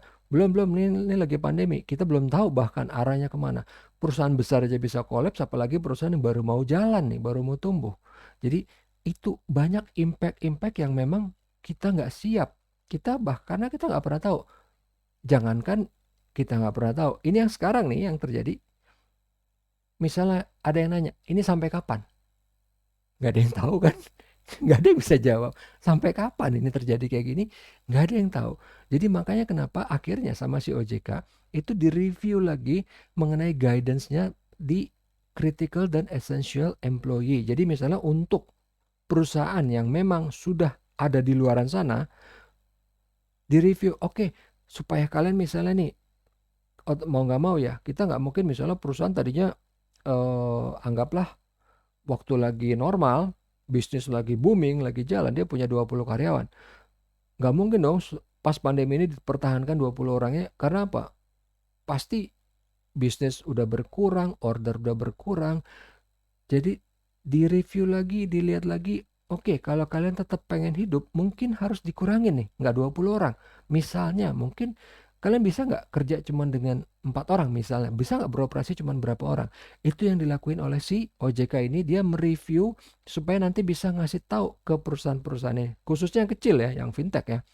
Jadi, oh kalian sebenarnya bisa misalnya nih untuk menghindari supaya jangan sampai tutup, jangan sampai bangkrut, jangan sampai apa. Jadi gimana nih? Oh misalnya tadinya 20 orang, sekarang berapa? 4 orang, bisa nggak? Wah 4 orang susah Pak. Enggak, dari 4 orang ini mungkin perlu apa? Perlu teknologi khusus, perlu infrastruktur khusus. Jadi itu juga yang dilakukan oleh si OJK. Dan dia ngelihat bahwa oke, mungkin kalau 20 ke 4 bedanya jauh banget dong. Bisa nggak 4 orang tapi misalnya pelanggan, ya kita kita kita ngambil contoh nih. Kita ambil contoh yang gampang, restoran. Wah, tadinya 20 orang itu termasuk pelayan kan. Wah, nggak bisa, tinggal 4. Nggak bisa Pak, kalau ntar rame gimana? Kan kita nggak tahu rame apa nggak. Iya Pak, tapi kalau misalnya ntar datang rame bakal dimarahin. Oke, jadi kita rubah. Nggak perlu pakai pelayan, orang ngorder sendiri pakai apa? Ditaruhlah tablet, ditaruhlah iPad misalnya. Ya iPad mahal ya, tablet lah, tablet Android kan ada yang cuma 500.000. Tablet ditaruh di situ, jadi ngorder langsung ke koki di dapur. Itu yang sudah terjadi di mana? Di Singapura. Makanya kenapa saya ambil contoh seperti itu? Karena itu sudah terbukti dan berhasil. Bahkan nggak ada hubungan sama pandemi. Itu sudah dilakukan di Singapura. Misalnya itu cuman contoh. Dan berikutnya apa lagi? Yang tadi kan ada yang nanya, Pak, pandemi sampai kapan sih? Nggak ada yang tahu. Makanya kenapa? Oke, kita tetap harus waspada. Kita tetap harus selalu siap. Makanya kenapa kan selalu taati protokol kesehatan. Karena kita nggak tahu. Bahkan kalau kalian nonton berita, kita trennya udah mulai naik nih. Gara-gara apa tadi kemarin? eh Mudik. Pulang kampung kan. Naik lagi. Tapi that's not all. Bukan itu. Kita lihat di dunia luar gimana. Malaysia. Sama naik juga. Padahal Malaysia saya nggak tahu ada mudik apa enggak. Oh mungkin ada Pak. Namanya juga orang Asia ya. UK. Inggris. Naik lagi. Saya bisa pastiin di Amerika, di Inggris nggak ada mudik. Kalau Malaysia mungkin oke lah ada. UK naik lagi. That's why makanya ini perlu direview lagi. Karena apa? Pertanyaan yang paling penting tadi, ini sampai kapan? Nggak ada yang tahu. Jadi makanya kenapa ini dalam berbisnis itu si OJK bilang, kita nggak tahu nih sampai kapan. Jadi makanya kenapa harus ada guidance seperti ini. Oke, yang berikutnya. Si OJK itu juga dia bilang, oke, ini yang sudah kita lakukan bla bla bla bla bla bla, dan dia juga bilang ini yang dilakukan di negara lain supaya ada tolok ukur, supaya ada benchmarknya. Ini kalau di untuk spesifik fintech activities, kegiatan fintech yang seperti apa, itu kalau di tempat lain kayak gimana, di negara lain kayak gimana. Yang ada 18 bisnis model tadi itu kan aktivitasnya beda-beda. Ada yang misalnya buat collect data, ada yang misalnya cuman uh, buat misalnya financial advisory atau buat wealth management atau apa, itu perlu nggak bikin aturan khusus? Oh lihat di negara lain kayak gimana gitu. Jadi dilihat juga enabling technologiesnya seperti apa. Oh penggunaan AI, penggunaan artificial intelligence, penggunaan machine learning di tempat lain gimana, di negara lain gimana, ada nggak aturannya? Belum. Yang ada di mana? Di UK. Di tempat lain ada nggak? Ada. Di mana? Di Singapura. Siapa? MAS-nya udah bikin belum? Udah. Tapi di Malaysia belum. Di Filipina belum. Gitu. Perlu bikin kebijakan yang enabling fintech policy. Anggaplah ini kebijakan yang longgar, yang mendorong orang untuk maju. Gitu. Tapi ini melihat mengkomparasikan dengan negara tetangga. Walaupun bahasa negara tetangga itu bahasa yang berasal dari zaman dulu. Karena apa? Zaman dulu belum ada internet, orang mikirnya yang paling dekat ke siapa? Ke tetangga. Sekarang ini, kalaupun misalnya saya bilang negara tetangga, kita jarang banget ngomongin Malaysia, Singapura. Kita kalau ngapa-ngapain, kita lebih sering niru budaya siapa? Barat, Amerika, Inggris, Korea, bukan tetangga kan? Jarang, hampir gak pernah kita niru kebudayaan Malaysia atau Singapura atau apa. Karena batas negara udah gak ada. Karena tingkat kedekatannya udah sama. Karena adanya internet, hyper connected, udah gak penting itu yang namanya negara tetangga. Kenapa? Kita bisa tahu dengan detail di negara yang paling jauh sekalipun. Contohnya apa? Icelandic misalnya, super duper jauh, bukan cuma jauh, terpencil banget. Negara di Alaska ke atas lagi ke sana yang benar-benar terisolir, yang kita nggak tahu apa-apa. Kutub Utara misalnya gitu. Kita nggak kesulitan untuk cari tahu. Kalau dulu iya, sekarang kita tinggal ke YouTube, tinggal ke internet gitu. Oke, jadi yang tadi saya bilang apa? Ini dilihat spesifik fintech activitiesnya itu dikomparasikan dengan negara-negara di sekitar. Terutama dalam hal ini si OJK ngelihatnya di mana? ASEAN. Jadi di tempat lain gimana sih? Tetap perlu nggak nih di OJK tetap misalnya untuk melakukan kegiatan banking, tetap perusahaan kalau fintech mau terjun ke banking dia tetap harus punya lisensi bank. Makanya kalau kalian ingat waktu itu saya kasih bukan contoh, saya kasih kutipan dari berita. Oh, ini ada lembaga keuangan selain bank yang mau masuk menjadi bank, terutama untuk bank digital, yang kebanyakan dari emiten, bla bla bla gitu ya.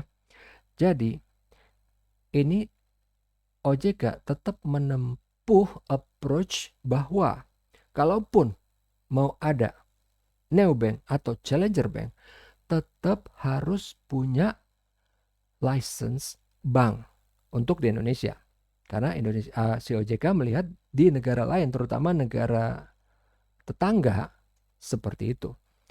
Jadi dilihat ini bahwa tetap perlu license, tetap apa untuk open API apa segala macam, itu juga pasti developmentnya akan sangat-sangat cepat karena mengikuti perkembangan teknologi digital.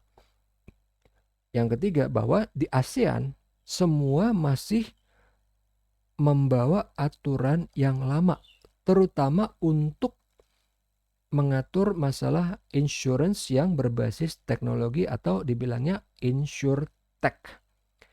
Kecuali di Singapura. Singapura udah punya spesifik untuk insurtech, pakainya hukum yang khusus. Tapi di tempat lain enggak, masih pakai hukum. Oh, ini insurtech. Oh ya udah pakai undang-undang asuransi yang biasa gitu. Nah, kita lihat untuk yang berikutnya, untuk specific licensing, apalah untuk peer-to-peer atau apa, tetap sama dan tetap mengacu kepada hukum yang ada. Jadi kalau misalnya untuk peer-to-peer lending, walaupun dia teknologi, tapi dia punya mengacu kepada hukum yang lama, kecuali kalau misalnya ada hal tertentu yang belum diatur, maka itu nanti akan ada aturannya yang khusus, terutama misalnya untuk peer-to-peer lending. Nah, ini yang paling hot ya, misalnya regulasi untuk kripto gimana, untuk blockchain, untuk kripto aset gimana. Ini yang masih tanda tanya. Karena apa? OJK mau ngeliat nih di negara lain kayak gimana. Beda-beda. Ada yang ngebolehin, ada yang enggak. Ada yang spesifik banget ngelarang. Ada yang bahkan menganjurkan. Beda banget kan? Singapura menganjurkan. Filipina kalau nggak salah melarang. Tapi tempat lain boleh. Ada yang boleh, ada yang enggak, ada yang belum ngatur. Masih blank. OJK-nya bingung nih mau ngambil yang mana gitu. Oke. Nah, dilihat dari penggunaan enabling technologies ini, yang tadi kan kayak API, ada smart contract, biometric, cloud computing, AI, dan ML, itu aturannya gimana? Jadi, kalian nanti bisa, kalau misalnya emang pengen tahu, ada di situ PDF-nya saya udah kasih, walaupun ini nggak akan masuk atau keluar di UTS atau UAS karena memang ini di luar dari skop itu, karena kita di sini membahasnya perbankan digital dan fintech, bukan aspek hukumnya atau regulasinya. Yang kita bahas adalah aktivitasnya di pasaran atau di pasar, sebagai entah kita sebagai pelaku fintechnya atau sebagai konsumennya gitu kan. Jadi di sini itu cuma ngelihat misalnya, oke, yang udah pakai open banking atau API di negara mana aja, siapa aja, dan gimana caranya. Smart contract gimana? Smart contract atau DLT yang tadi hubungannya dengan kripto, dengan blockchain, itu yang tadi saya bilang kan, di Hong Kong, di China, di Malaysia atau apa, gimana caranya dia mau bikin legal certainty-nya, untuk bikin payung hukumnya. Itu tiap negara masih beda-beda, khusus untuk smart contract. Biometrik gimana? Udah seragam, udah kepake. Makanya kenapa bisa dikatakan tinggal tunggu waktu, bank lain pasti akan pakai. Oh, untuk pakai fingerprint, untuk pakai facial recognition. Mungkin kalau facial belum terlalu umum handphone yang pakai, jadi nggak banyak. Tapi kalau fingerprint udah banyak semua. Jadi biometrik untuk ini khususnya untuk apa? Di EKYC atau Electronic Know Your Customer, itu udah ada aturannya dan sudah bisa dipakai. Cloud computing gimana?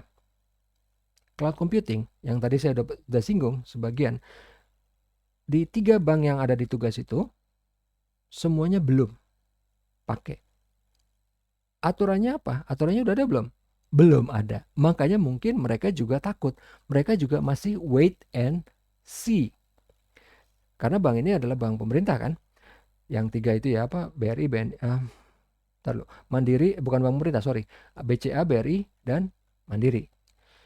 Jadi mereka masih menunggu. Karena apa? Belum ada aturannya. Berarti masih apa ya namanya? Uncharted territory kan. Daripada ntar salah. Karena kalau salah pasti akan didenda dong sama BI. BI belum ngeluarin peraturan, tapi ntar kalau misalnya salah, oh nggak bisa nih. BI pasti akan bilang, oh nggak boleh, nggak boleh ini, nggak boleh ini. Mereka nggak mau dong ambil resiko, tungguin aja. Jadi BCA, Mandiri, BRI belum. Walaupun mereka bilang di berita sudah akan, ya mungkin masih ngobrol, mungkin masih tender, mungkin masih apa. Tapi udah ada belum? Udah. Siapa? Danamon. Kok tahu Pak? Karena cloud provider di Indonesia salah satunya adalah Cloudera. Cloudera sudah menerbitkan white paper atau yang namanya jurnal pengetahuan, jurnal ilmiah.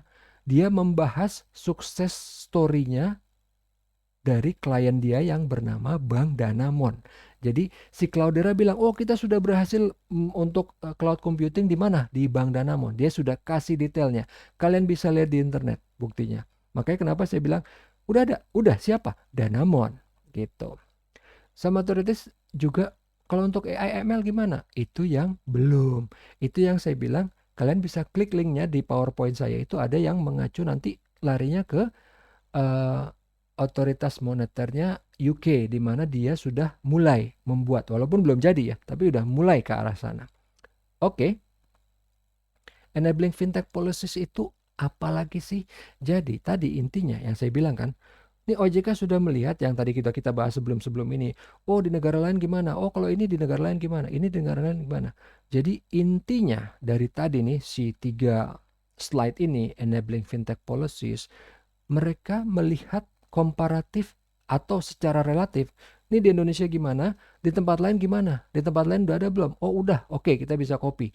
Di tempat lain gimana? Udah apa belum? Belum, oke kita akan wait and see. Contoh kurang lebih kayak gitu. Jadi intinya ini yang singkat-singkat ini ya, si enabling ini dari mulai regulating specific fintech activities, regulating the use of enabling technologies, enabling fintech policies, itu lagi dilihat comparatively di kita seperti apa yang bisa kita adopt dari negara lain. Tapi intinya dari semua itu adalah si innovation hub yang hubungannya dengan siapa? Dengan regulatory sandbox, yang hubungannya dengan fungsi OJK sebagai fasilitator, yang dia ntar bikin seminar, dia bikin apa supaya nanti semua bisa bekerja sama, bisa saling kenal, bisa saling tahu, bisa saling sinergis mencapai tujuan yang sama dengan efisien.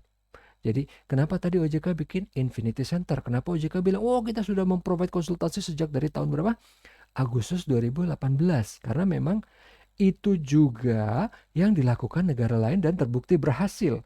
Makanya si OJK melakukan hal tersebut. Oke, ini ada satu yang lebih penting. Mungkin yang saya bilang bisa dibilang paling penting. Kenapa? The emergence of big tech. Jadi kalau tadi kita ngomongin fintech kan. Big tech itu siapa? Amazon, Alibaba, Facebook, Tencent, WeChat.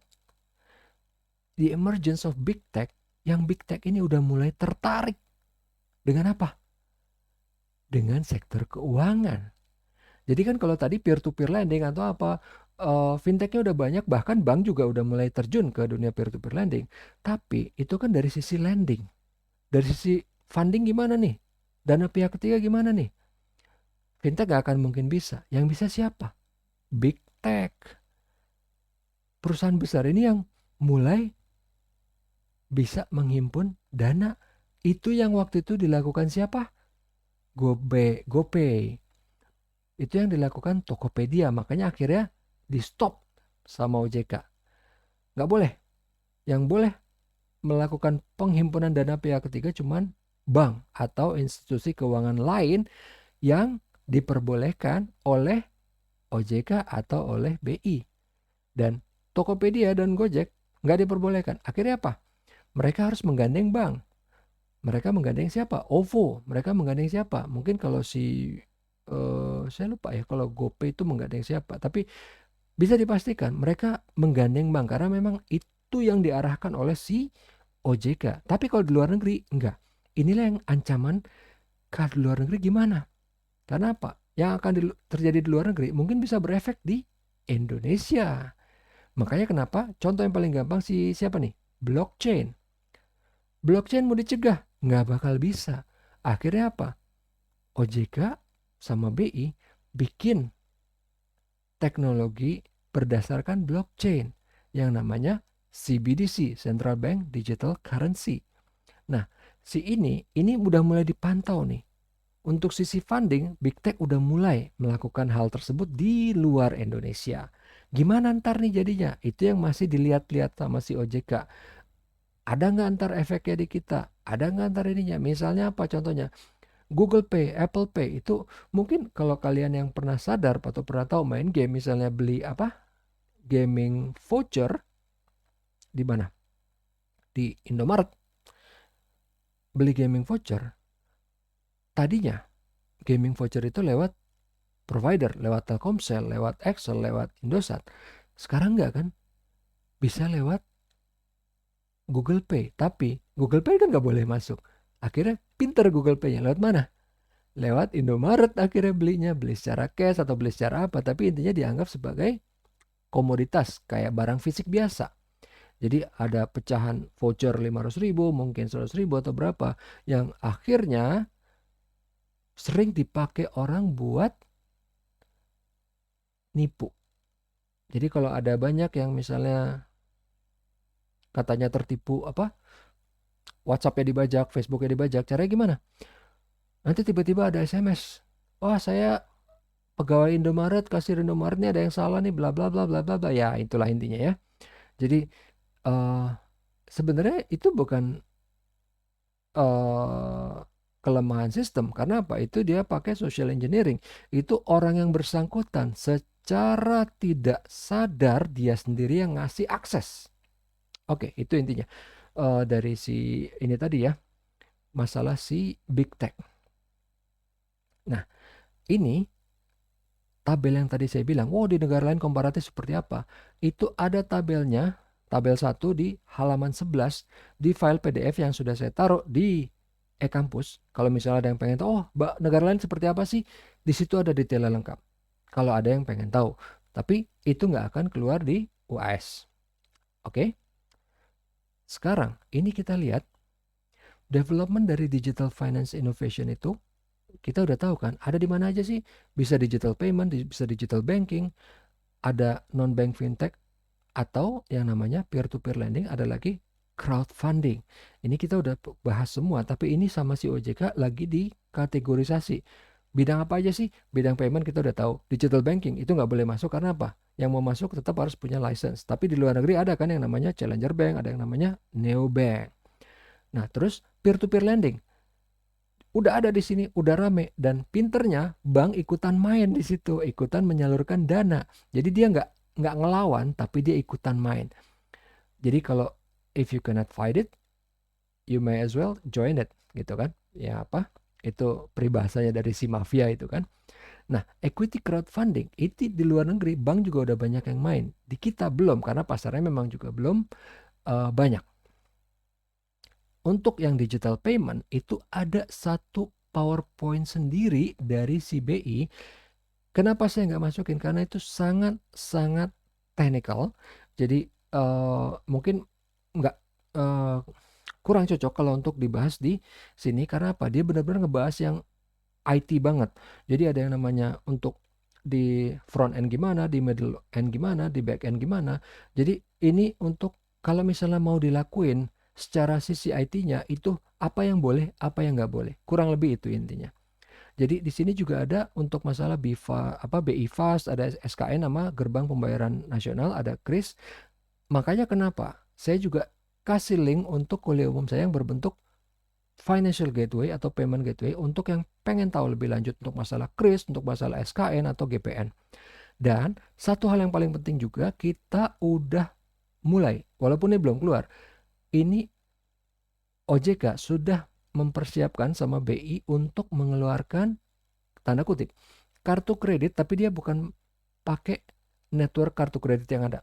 Kartu kredit di dunia itu cuma punya dua network, Visa sama Mastercard. Si OJK sama BI dia berusaha mengeluarkan kartu kredit Indonesia namanya Garuda Card yang pakai networknya punya kita sendiri, bukan pakai Visa atau Mastercard. Nah, tadi yang saya bilang bahwa kita ini udah punya nih, ada aturannya untuk digital banking. Kita udah bahas nih ya waktu itu yang penyelenggaraan layanan perbankan digital kayak apa. Ini ada aturannya. Tapi ini cuman untuk referensi aja ya. Dan ini juga ada aturan untuk fintech yaitu apa? POJK nomor 13, ada lagi peraturan BI. Terus di sini juga dibahas yang masalah responsible finance framework itu seperti apa. Ini saya nggak akan bahas panjang lebar karena pertama ini tadi udah dibahas di yang masalah yang gambar-gambar kayak rumah itu loh tadi. Yang tadi pertama ada landasannya itu ada talent, ada apa. Jadi ini cuman pengen menguatkan lagi bahwa si fintech itu boleh berinovasi tapi harus bertanggung jawab. Oke. Nah, ini yang tadi saya bilang untuk masalah lending sama crowdfunding. Dia ikutin aturan yang ada untuk pinjam meminjam untuk masalah perdata, perdagangan, tapi untuk hal yang khusus dia punya POJK khusus yaitu nomor 77 tahun 2016 tentang layanan pinjam meminjam uang berbasis teknologi informasi. Ini cuma untuk referensi aja bahwa memang udah ada payung hukumnya untuk P2P lending dan crowdfunding. Nah, si peer-to-peer lending ini sekarang kita lihat nih faktanya. Oh, dia berkembang paling pesat. Padahal sebenarnya fintech yang pertama yang muncul siapa sih? Fintech yang pertama yang muncul siapa? Payment kan?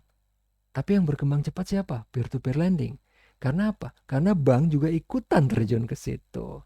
Ini buktinya, ini faktanya. Oke, kalau di equity crowdfunding yang tadi kan kita ngomongin peer-to-peer lending sama crowdfunding. Khusus untuk equity crowdfunding ini ada POJK-nya sendiri khusus yang apa? Lamanya kalau di bahasa Indonesia adalah layanan urun dana. Jadi apa? Penawaran saham berbasis teknologi informasi atau equity crowdfunding. Si OJK dia sudah mengeluarkan license untuk 3 crowdfunding companies yaitu siapa? BizShare, Crowddana, dan Santara. Oke. Nah, si key inisiatif ini tadi kan kita ingat bahwa dia harus punya dari sisi regulatory atau dari supervisory. Untuk yang regulatory itu sudah dipergunakan juga teknologi. Jadi kalau untuk apa comply ke aturan itu juga sudah dipergunakan teknologi sehingga namanya RegTech. Di RegTech itu ada EKYC, ada regulatory compliance, bla bla bla ini yang apa dia kalau misalnya bank atau pemain di sektor keuangan dia mau comply dengan aturannya OJK itu sudah disiapkan kalau memakai teknologi kayak gini loh, ini yang namanya regulatory technology. Nah, kalau untuk supervisory ini adalah teknologi yang dipakai oleh OJK untuk mensupervise, itu teknologinya yang namanya subtech. Itu apa aja? Ada data analysis, text report mining, customer support tech, dan blockchain e-licensing. Oke. Nah, di sini kesimpulannya apa sih? Kesimpulannya, ini yang paling penting ya, bahwa si OJK itu pengennya bank sama fintech itu koeksis dan saling menunjang. Jadi jangan sampai berantem. Maksudnya sampai satu mati atau yang lain yang mati. Tapi intinya harus koeksis bareng dan saling menunjang. Dan ini yang kedua yang sama pentingnya, tapi mungkin kita udah tahu bahwa perbankan di masa depan pasti akan syarat dengan fitur digital yang kita udah lihat waktu itu pas kita bahas di pertemuan masalah inovasi keuangan di dunia. Yang ketiga, lending perbankan akan menghadapi tantangan dari peer-to-peer lending dan crowdfunding. Dan ini kita udah tahu perkembangan peer-to-peer lending tadi pesat banget, dan pinternya bank nggak ngelawan, bank ikutan di peer-to-peer lending. Jadi dari tugas yang kemarin, kalau kalian lihat, itu ada teman kalian yang dia melihat bahwa 3 bank ini, Mandiri, BCA, BRI, itu udah ikutan menyalurkan dana lewat peer-to-peer lending. Gitu. Oke, ini pas habis ya waktunya. Tapi kalau ada yang mau ditanyakan, seperti biasa, saya akan tunggu sambil saya akan screenshot untuk absen dulu sebentar ya.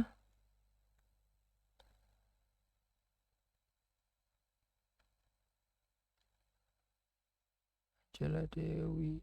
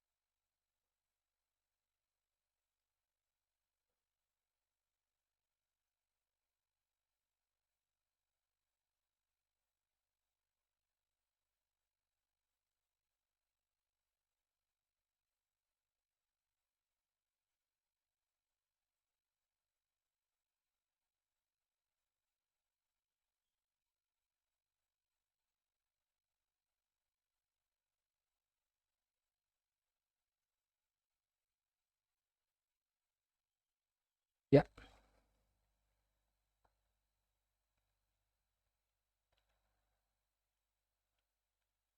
kalau nggak ada pertanyaan, seperti biasa, kalau misalnya ntar baru ingat sesudah kuliah, bisa lewat fitur di diskusi di kampus atau mau japri langsung juga boleh.